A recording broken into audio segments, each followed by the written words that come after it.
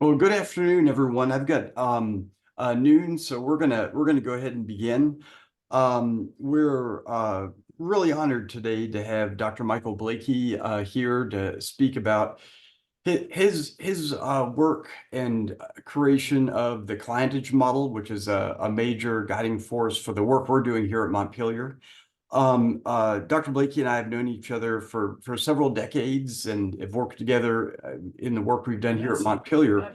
But for some of Dr. Blakey's background, uh,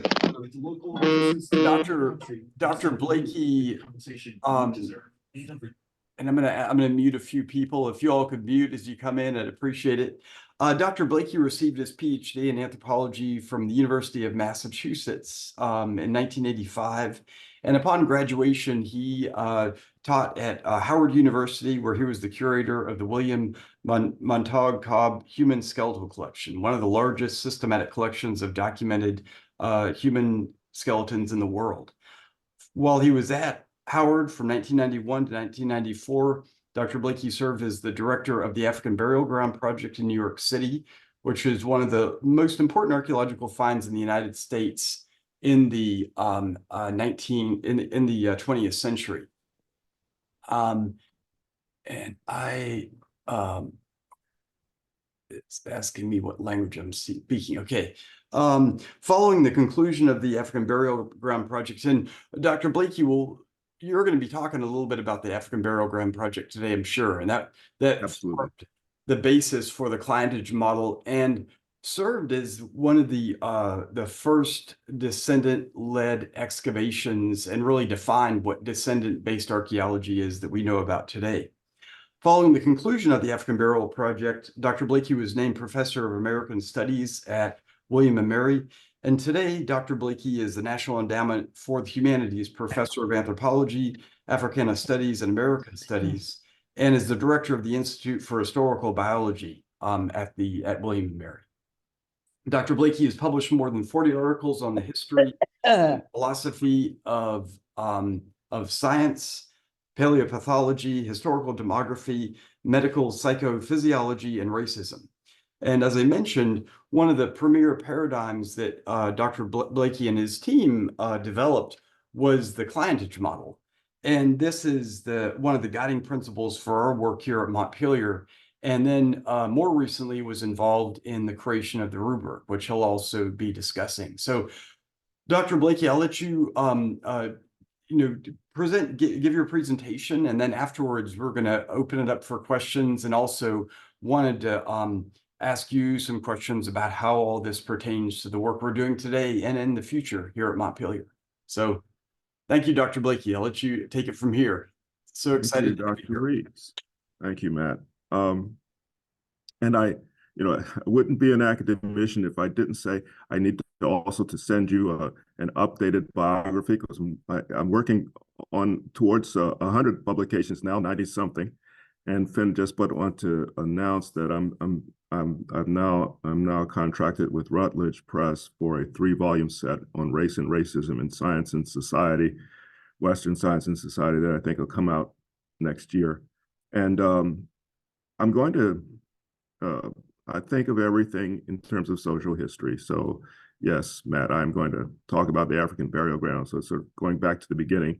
But let me start briefly at the end point where we are now. I'm co-chair with Deb Thomas at Penn of the Commission for the Ethical Treatment of Human Remains, as that issue has finally come into the foreground of public discourse.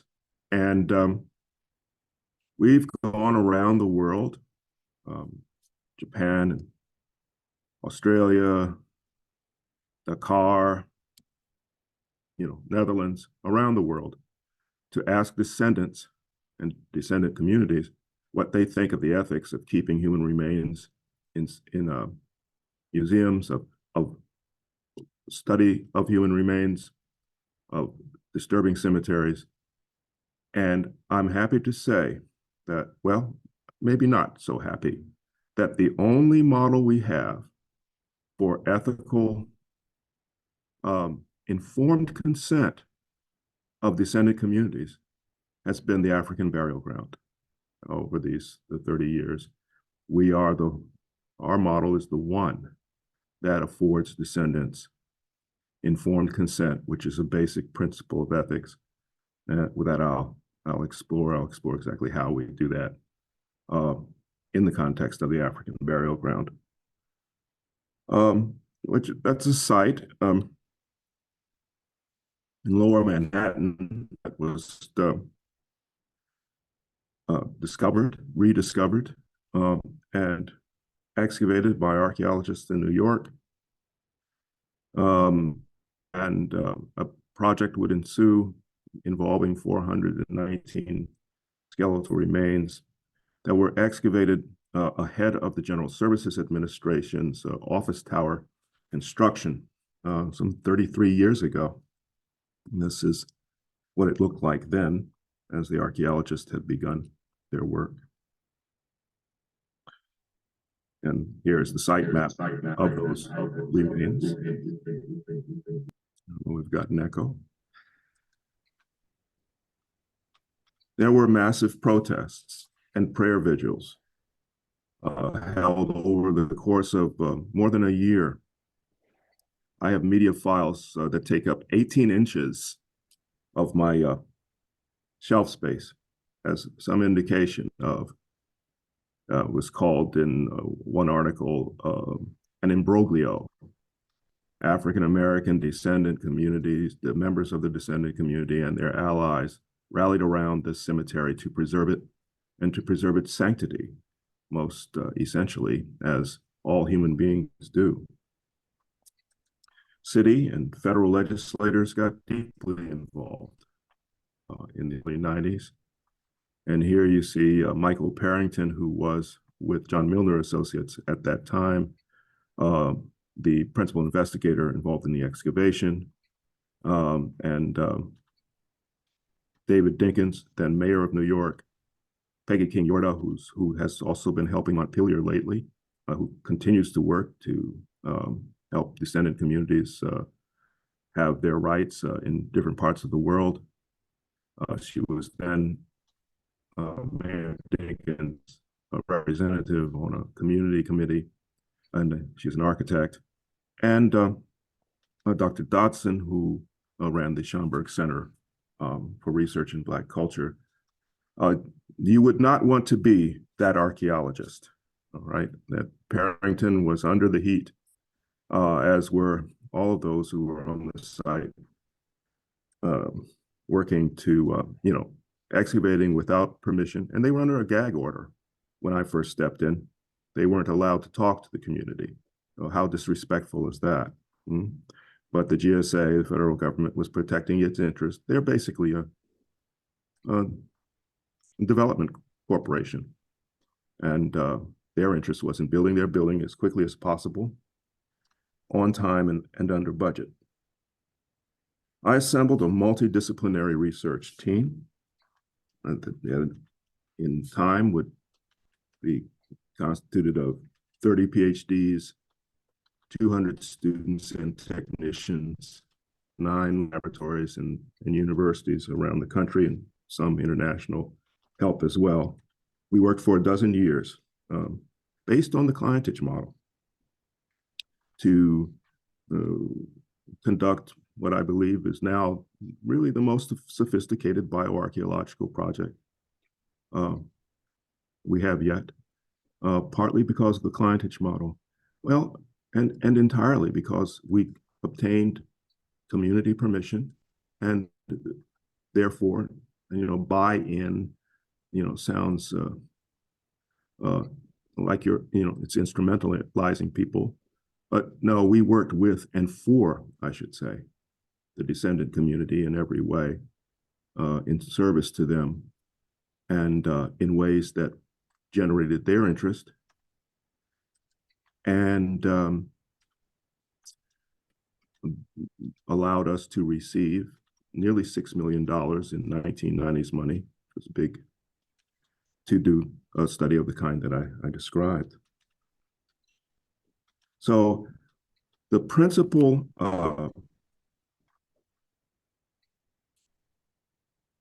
conditions of the Clientage model are that we implement are these. That number one, the stewardship of remains belongs to the descendant community. And that descendant community are the descendants of the social group, not just lineal descendants, of the social group of the ancestors buried at the site.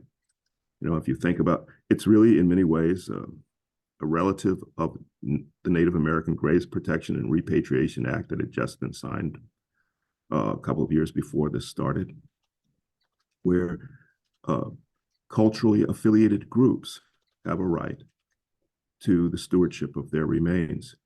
So Native Americans don't know the names and the specific lineal relationships between themselves and skeletons in the Smithsonian, but they know that they are theirs, and they are tied emotionally and socially to the protection of those remains. So another quality of descendant community is that it consists of people who care.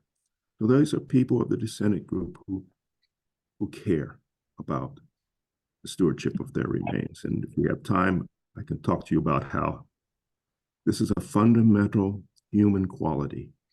I call us homo reminiscens, a memorializer. This is what human beings do, like walk on two legs, use language, technology, and the rest.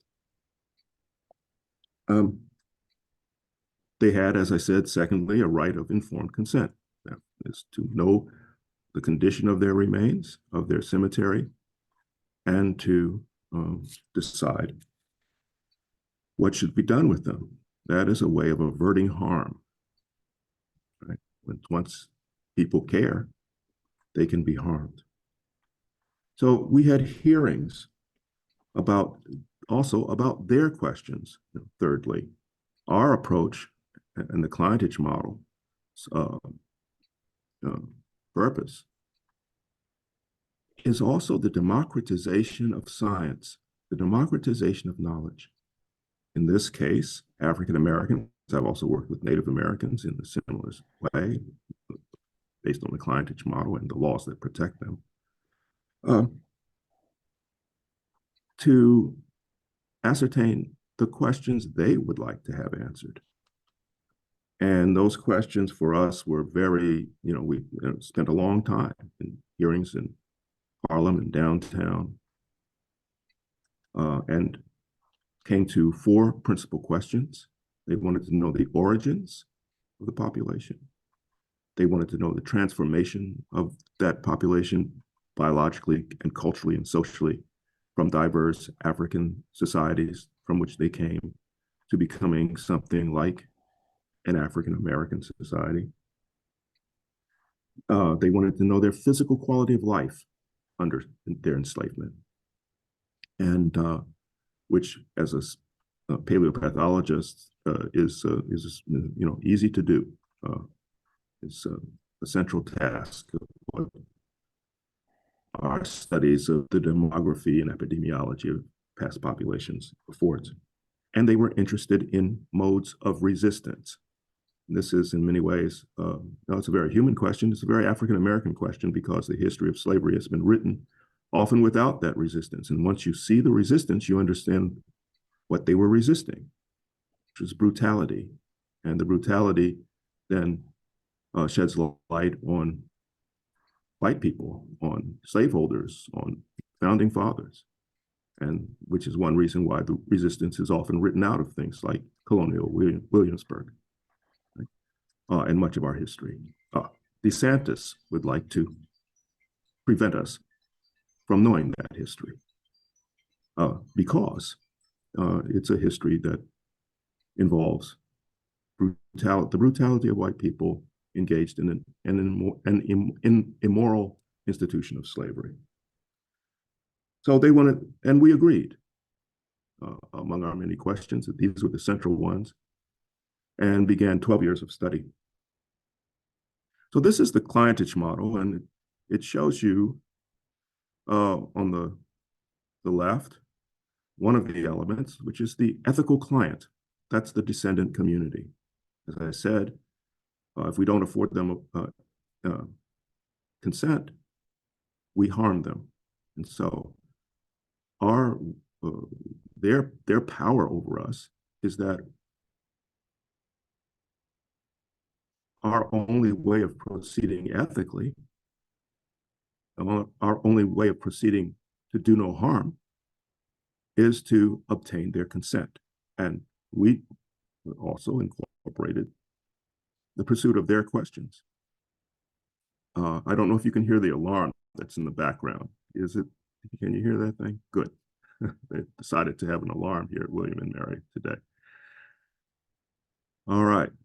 And obtaining consent, in our case, has involved, as it did we did work in colonial Williamsburg with the First Baptist Church very recently, has to do with being of use to them, as opposed to just having a conversation among ourselves within the covers of the American Journal of Biological Anthropology or Historical Archaeology or any of those other gated communities. We are also responsible to the profession. We answer their questions to the best of our ability with the empirical evidence of science and the humanistic disciplines of history, even art history, that came to play in our interdisciplinary conversations. They posed questions, but the answers are empirically assessed. If they did not wish to have the answers that scholars, that scientists produce, they could choose not to have us involved at all, right? They could bury their remains, rebury them, as one way or another, all people do, customarily in funerary practices, with appropriate, religious leadership. That's their right.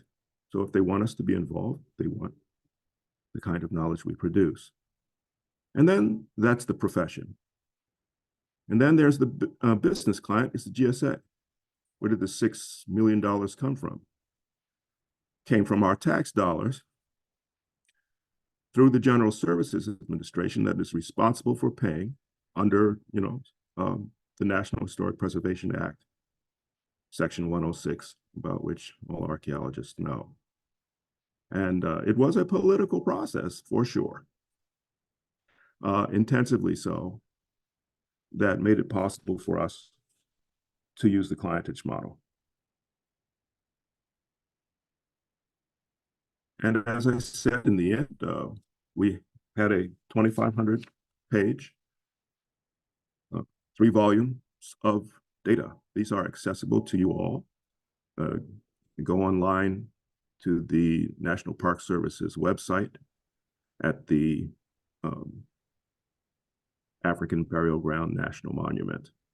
Look for our 2009 volumes. Our earlier reports are there as well. They're not very different, but 2009 volumes are easier to read. And look for those under my name and Leslie Rankin Hill, Warren Perry, Gene Housen, and Edna Medford. There's a little mess that we had to walk through with the GSA. They threw some other things in the pot, but our work has the integrity of our approach, and it's in those volumes that you're seeing here. I'll just very quickly say something about the results. Life was hard for those Africans who were 20% of the population of New York at the time of the American Revolution. Our study spans from late 17th century to about the time of the American Revolution, just afterward. And here you see, using muscle attachment enlargement as the evidence, that the work of men and women increased throughout, that the frequency of enlarged attachments increases in the back of the leg, especially. That's what we're looking at here, increases over that time.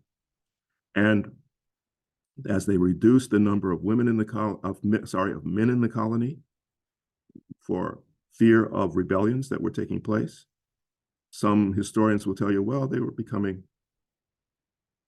more of a real city. They needed more domestic labor and so on. That was true. They were also doing all the other kinds of heavy lifting. And clearly that heavy lifting was increasingly placed on the thighs and the backs of African women, who in this, enthesopathy also represents often tearing of muscles. So the fact that women are more frequent in enthesopathy means that that the strain is greater on them if their work is, by other measures we have, ultimately about equal to men's work, but a greater strain on them. I just walked through campus today, and there is a Sankofa bird statue at William and Mary. You know, we're part of a mass movement of people seeking justice and memory. And we've participated because we brought the idea of Sankofa, this Akan symbol, looking backward in time to understand the present and as a guide to the future, as an African concept. And this heart shape in Burial 101's coffin lid might be Sankofa. It is one of our interpretations of that shape. And so we brought it out. Some of you may not have been around in the 90s. We brought that into the public, and it's still working. This is a cloth from what is today Ghana, but from the early 19th century with that symbol. In 2003, the remains were reburied. The ceremony was called the Rites of Ancestral Return. And here they are, descendants, an organization, an African-American organization with all those roots, reburying one of the individuals, and they've taken to the Sankofa symbol on a mahogany coffin for this specific purpose created in Ghana. And the GSA had insisted upon, early on as we were fighting this out, that they would build their building and put a plaque on the wall for the community. But the African-American community had power enough, and with its allies, to create a national monument. Speaking of allies, I mean, there are legislators in both parties who participated in making this possible. But it was really the political efforts of the community that we were helpful to. Actually, the monument contains also, in places that you'll see inscribed in it, child, 5 to 7 years, woman, 30 to 38 years range. We don't know their names, but as bioarchaeologists, we could produce that information about their identity. Folks were interested in individual identities. Much of our work is statistical about the society as a whole. But the monument is one of those places where what we know of individual identities could be inscribed.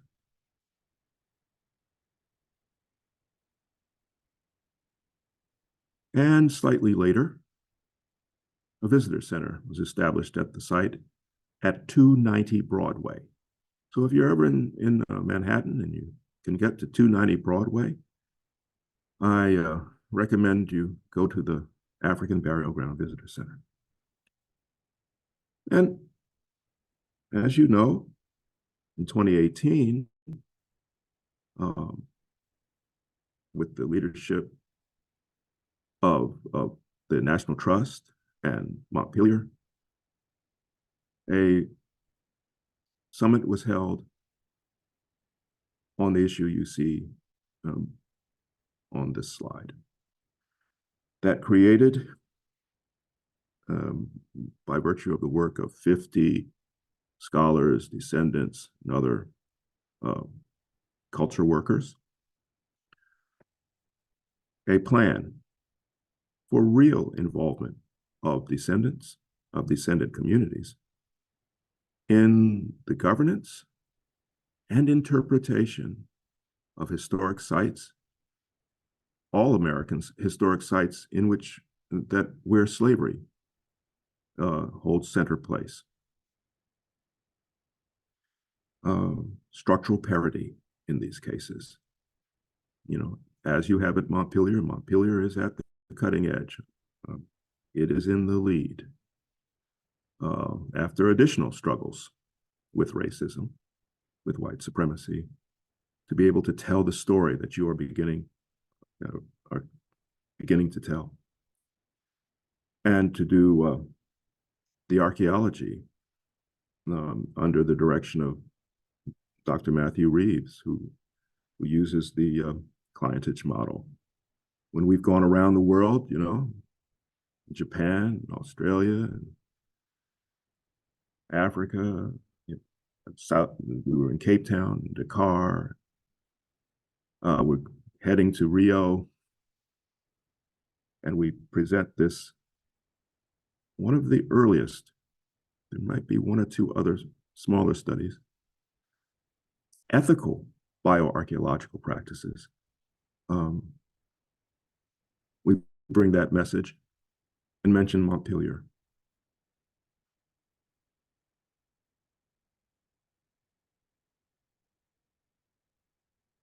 I think this is your work, Matt.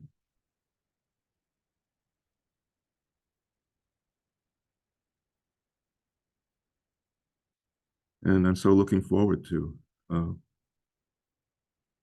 the great future you have with archaeology at James Madison's Montpelier. Thank you. Yeah, thank you, Dr. Blakey. I wanted to follow up your talk here about the Clientage model with a couple of questions that pertain to work that we're doing here at Montpelier this season, with the work we're doing at the Montpelier Burial Ground of the Enslaved. And for this season's work, one of the main objectives is the protection of that space through archaeology, meaning that with the archaeology we're doing, we're looking to define the extent of the burial ground and make sure those burials are protected. And with the Clientage model, have two questions. Is for archaeology that is working on a site such as the burial ground, where there is absolutely zero intent on disturbing any burials, it's protecting, how would the Clientage model pertain in that situation? So we're not doing any excavation of burials, we're looking at this as a cultural landscape. How would that pertain? How would it pertain? Yeah. Well, I think you've already gotten to an essential point in that discussion, in which and I say I'm also involved, so I'm sort of speaking with my outside voice, but I have an inside voice too. Been involved in many ways. But the descendant community, the Montpelier Descendants Committee is very well organized. It's a 501c3. That's really what you want to have, so that the community can maintain the integrity of its voice. As you know, when Montpelier began to pursue the rubric, let me just say one thing about the difference between the rubric and the Clientage model. The Clientage model was initially set for cemeteries. And in that case, the descendants have absolute yes or no decision-making. You know, the metaphor for me and Larry Walker, Reverend Walker on Montpelier's committee is in agreement, who is someone who has helped organize many funerals, that you want the congregation to come to your grandmother's funeral, and you want the neighbors to attend. but it is the family that decides how she will be buried. This is a question of human dignity. And there are so many ways in which, in our society, still soaked with white supremacy, in which white folks will attempt to, or agencies, to have their way, to be involved, right? And there are multiple stakeholder models in which all kinds of stakeholders, from archaeologists to municipalities to institutions and individuals that involve non-descendants, ultimately pull things back, the decision-making back to business as usual in this society. You know, we saw in Montpelier when the efforts towards structural parity were being implemented, the old white board of the site, the foundation, sought to choose its own descendants who would serve their purposes, saying they were going to increase the inclusion and, in some ways, the democratization of that. But that's not what they were doing. It was a ploy. And it was defeated, hopefully, thankfully, by the Montpelier Descendants Committee that, as I said, has its integrity. It represents, and it, which was already inclusive and with democratically elected leadership and so on. So it's political in that way. So you have a solid committee of descendants, and they have decided at this point, and I know we've been talking about this actually for years, right? We've been engaged in this clientage model for years, really, discussions. And they've decided, and certainly at this point, that they do not want the burials to be disturbed. They want to do what human beings generally do, which is to memorialize their dead, to bring honor to themselves and their ancestors. That is their right. And and you have, rightfully accommodated that, and doing archaeology that is going to be helpful, finding a site that doesn't, for the monument that's been under consideration, that will not disturb remains, identifying, the parameters, of the cemetery. That's an archaeological job. That's a service. So that's the major thing. And then beyond that, there is, and again, Montpelier as a whole is using it's the rubric, and the rubric assigns to descendants 50% of decision-making over governance and the interpretation of history. That's important. That changes the narrative. And it is also, involves, as complete and equal human beings, those whose ancestors built Montpelier, who cleared the fields, the landscape, made every brick, built the buildings, produced the tobacco that was at the basis of its economy, essentially did everything except what Madison and his family did in writing the Constitution. And even then, Madison's assistant, his enslaved assistant, doubtlessly brought him the books and maybe whispered in his ear. So the enslaved received no salaries, of course. They received as little as possible. This is how it works. And they could not, and their descendants could not inherit. All that money, where'd it go? Just disappear?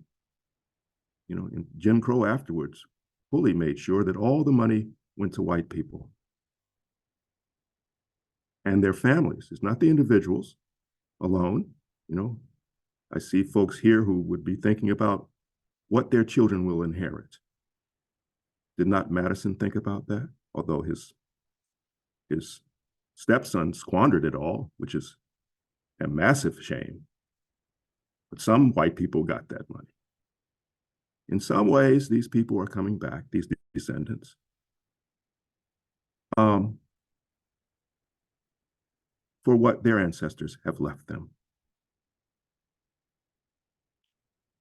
I like to think of it that way. So the other thing so that's a different model.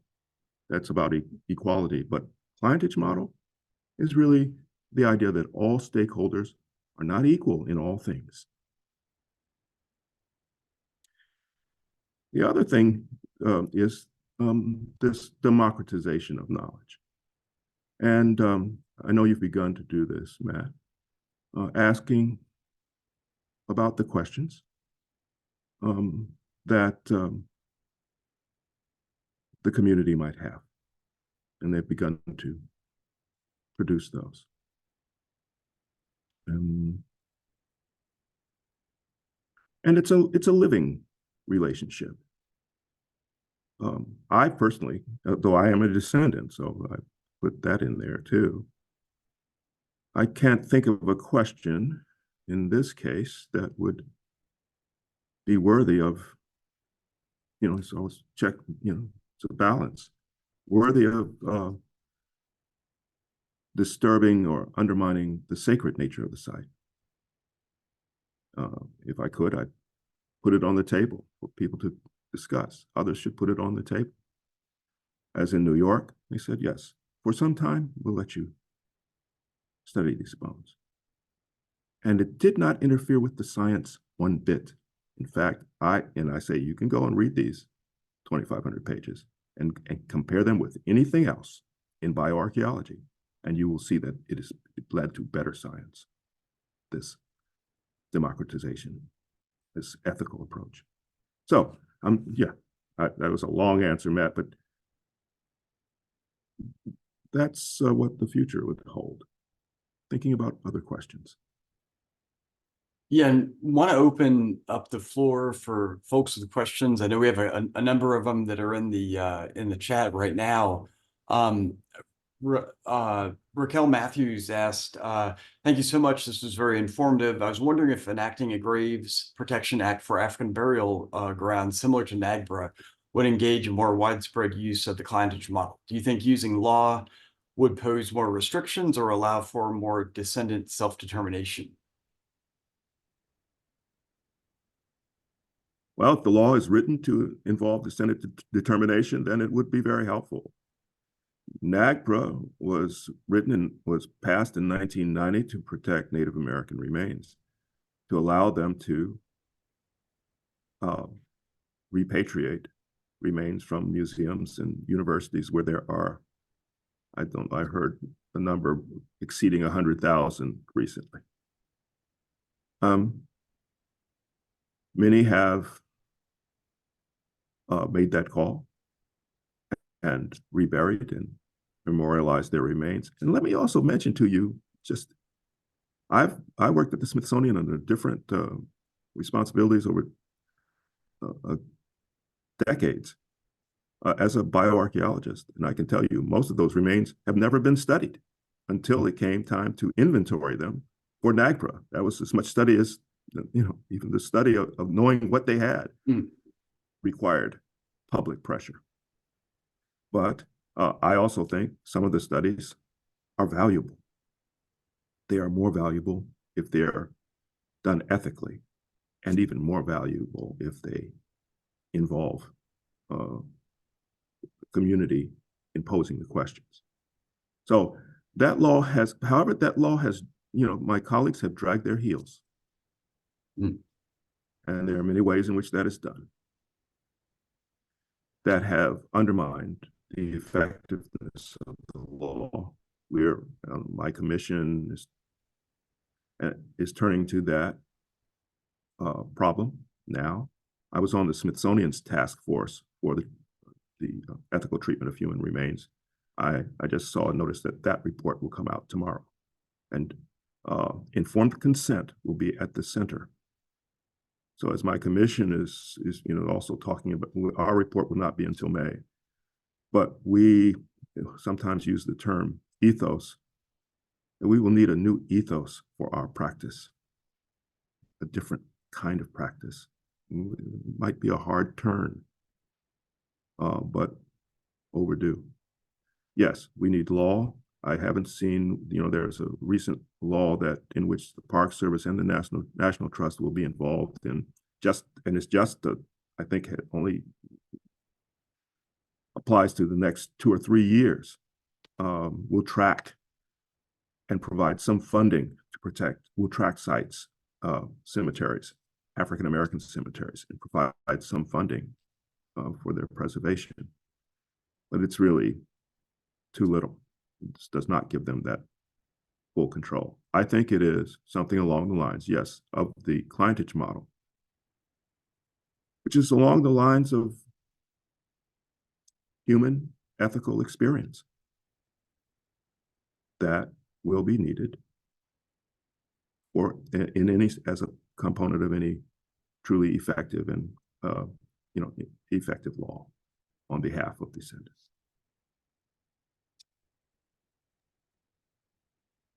I talked to the people on this recent law. I was involved in conversations about it. They didn't listen. It's amazing how often people have to go to the streets or go to war. Well, Dr. Blakey, Becca has her hand up. Becca, you have a question? I do. Can you hear me okay? I can. You're a little bit broken up. I'll let you know if you get more broken up. Okay. Dr. Blakey, every time I hear you speak, it blows my mind. So thank you so much for your presentation. I was wondering, so Matt and I have been talking about the Clientage model, quite some time, and I was wondering if you could tell me if it's possible to have more than one ethical client in a project. So in particular, like if we use Montpelier as a case study and have the MDC as its ethical client, could we have non-members of the MDC or non-members be an ethical client as well and have equal say in determining the future of archaeological investigations? Well, what would make them an ethical client? The fact that they're not members of the MDC. Sorry? So the fact that they're descendants, local descendants from Orange County and have been here for generations, but aren't members of the MDC. Are they also ethical clients?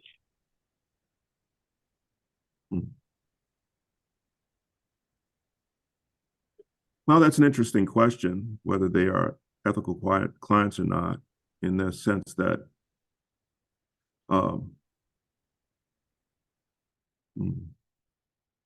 if you have ethical responsibilities to them, let's say, not to harm them, they're certainly to be considered. But the MDC, as I said, has integrity of voice.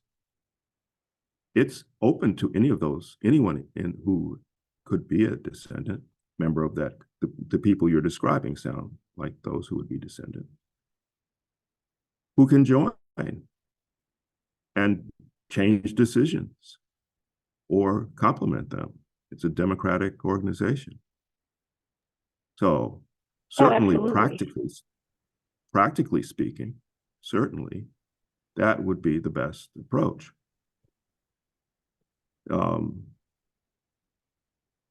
What's left becomes divisive and is open, opens the door to a non-democratic process. Mm-hmm. That's one. Yeah, I completely agree. Thank you. So if we were to do outreach, how would we do outreach to inform local community members? Would we do that through the PMF, or would we do it through the MDC, or would we do it jointly? Well, I think the MDC, it would be the responsible party for reaching out, and it works with the foundation, which also has under the rubric 50% descendant representatives. They may not all be descendants, but they are representatives of the descendants. And so they would work together, yes, using the resources of the institution to advertise programs. I think it's also very important to have programs, as you had some, inviting everyone. And then I understand there's also a group that's of white people and others who are not descendants. I think you've been exploring a title for them, a category, like ally. You may know what it is. That they too can come and be involved. Perfect. Thank you so much. Like the neighbors and the congregation. Absolutely. Around the cemetery issue. And then around the broader issues at Montpelier. They're working as partners. Mm-hmm. Perfect. Thank you so much. Broader issues. Mm-hmm. Sure. Thank you. Happy for your work. And the great thing is that MDC has worked hard to define those categories as for MDC membership. And this is something we're like you said, Dr. Blakey, we're all working towards. See if any other folks have questions, you can put them into the chat. And I'll also raise your hand and we'll call on you. Dr. Blakey, there's recently been changes to NAGPRA legislation that brings into NAGPRA objects of cultural patrimony, which are beyond funerary objects and human remains, but objects that Native American groups feel are of cultural significance. And when you look at the clientage model in terms of how much of it is inspired on the same concept as NAGPRA, as you stated, in terms of you've got groups that aren't recognized by the establishment or actively denied representation, and this allows this to happen. Is when we look at other sites at Montpelier beyond the Montpelier burial ground for the enslaved, do you see, certainly the clientage model fits with this, not the clientage model, but the rubric fits with this. But do you see the clientage model as being able to be extended to work sites of the enslaved, living sites of the enslaved? And how would if there was going to be a clientage model 2.0, say, would you include those, or is that already included in the clientage model? Yeah. So asking me my personal opinion, it is that the clientage model certainly works for cemeteries. It is a living thing. There have been efforts to change it. This sort of multiple stakeholder model is another, but I think it undermines the power and the dignity of the clientage model for burials. I was happy to have been involved with the rubric on that summit. There were some on the summit who were saying, well, descendants should have, there's one good colleague I know, I won't name her because I'm not sure she'd want to be named. She said descendants should have 51%, not structural parity, but 51%. And as I understood, I said, but 50% is certainly justified. I think Mr. Jefferson could not technically disagree with it. or he might violate it in fact. um,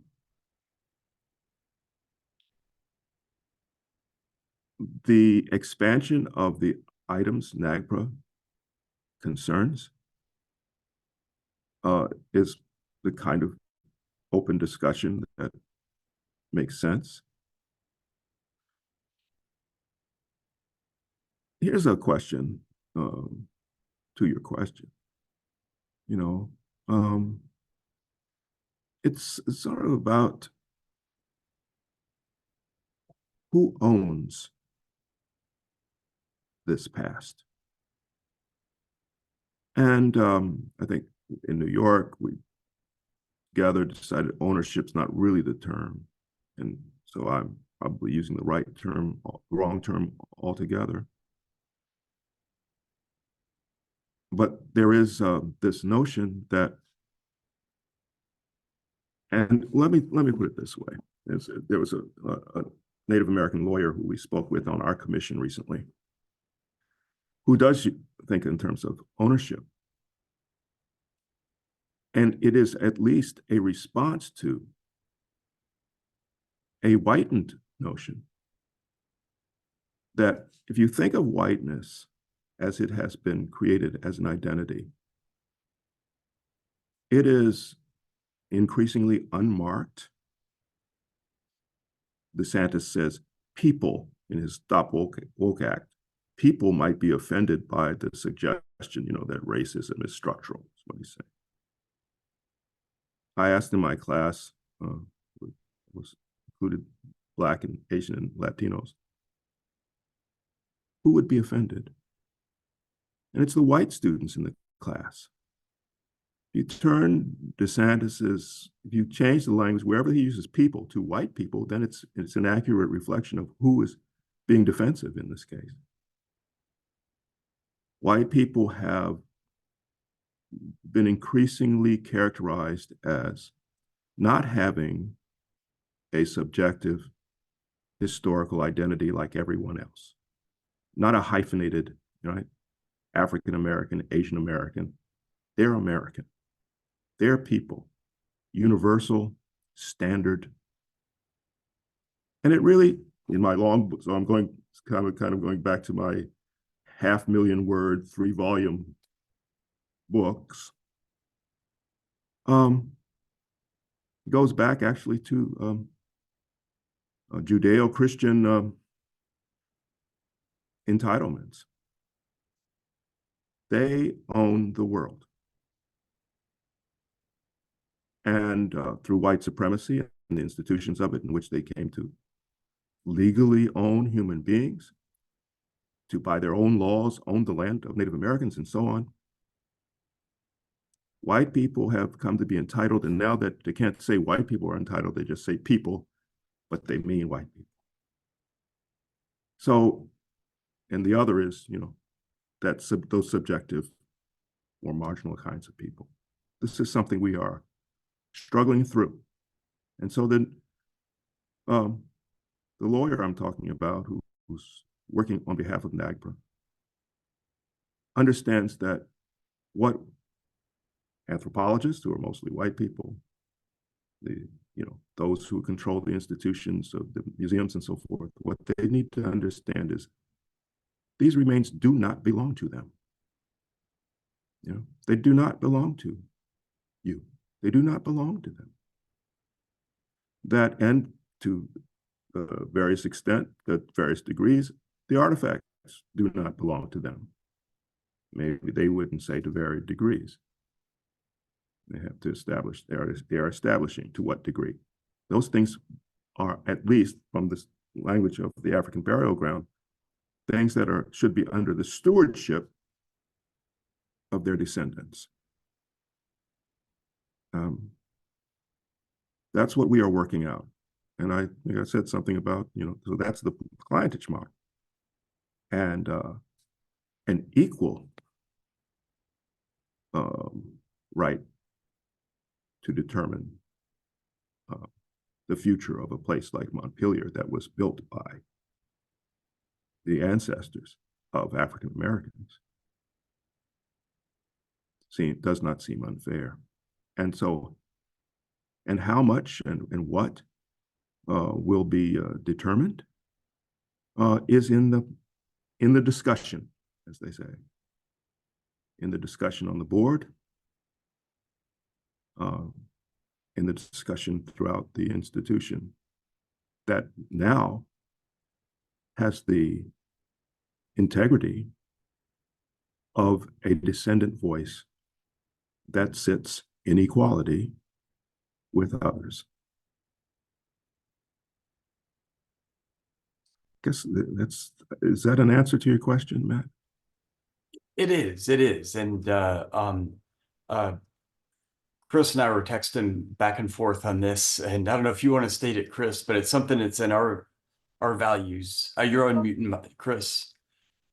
Yeah, can you all hear me? Yeah. Yes. Yeah, I was just hearing you talk about this, just made me very happy because we, as you probably know, or many of you have seen, that our department has this values document or ethics document that we reassess periodically and update. And the most recent update from 2022 is we tried to extend exactly what you were talking about, the clientage model, to all aspects of our work, and kind of inspire this principle of kind of archaeological ethics. And there were 2 lines in here that struck me as aligning with what you were saying, is that we recognize that the resources and the stories of those living and laboring in the past at Montpelier do not belong to us. And then we are stewards of the archaeological resources and public servants of the community. So those as principles just guide our work. So it's being researchers or academics is like way on the back burner of, it's not centered as a principle. So. Mm-hmm. Yes, and yes, these things do not belong to archaeologists. You know, I've been involved in ethical statements of the Society for American Archaeology and the SHA and others over time, and physical anthropologists. I've sort of gotten in that messy area of ethics for a long time, and and I've been around apparently a long time. And there was, certainly in the 60s and the 70s, the archaeologist was ethically bound to protect the object.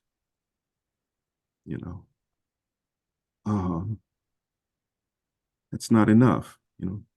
From whom, for what, for whom. There's a Haitian anthropologist who I followed, Anselm Remy, who wrote an article called Anthropology for Whom and What. And it's got a long history of being for cultural anthropology served colonialism. It did not, even the Boasians were not. You look at the primitivizing of others and the refusal to look at racism in Western society on the part of these most liberal of anthropologists. It was a liberal white gaze influenced by a certain level of critique that its Jewish leadership brought to it, but not enough, not real equality. We won't have real equality until we have real equality. And archaeologists are working.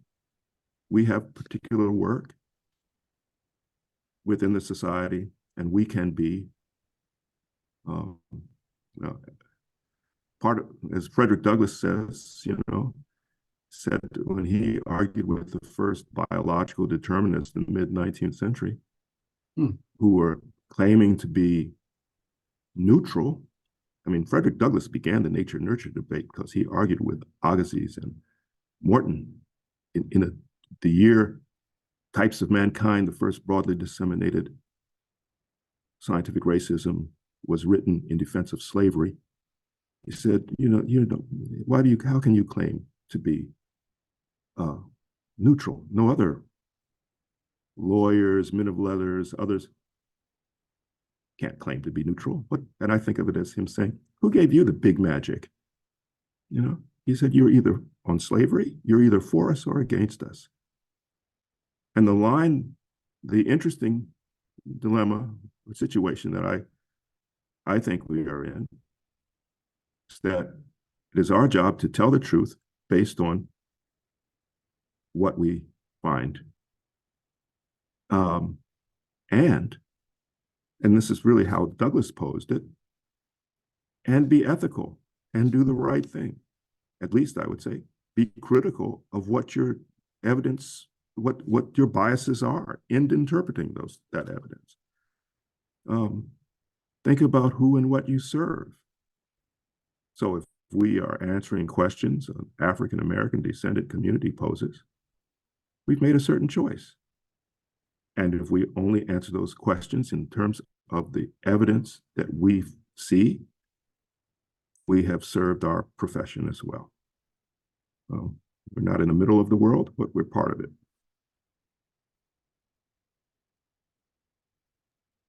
Well, Dr. Blakey, thank you so much for this discussion. This has been really important for us because, you know, with our programs, our expedition programs, we live by that the concept that you talked about, which is the democratization of knowledge.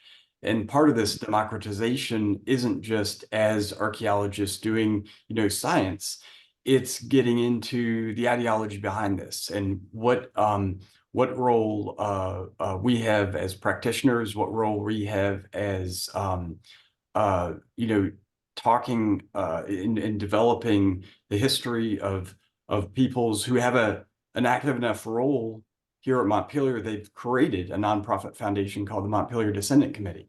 And so having this kind of background, especially from the person who's thought about this more than any other person and had led groups on this, has been a great honor. So thank you, Dr. Blakey. It's great to have you in this and look forward to having you out at the site again very soon. So, but thank you all for today. We're right at 1 o'clock and want to respect everybody's time.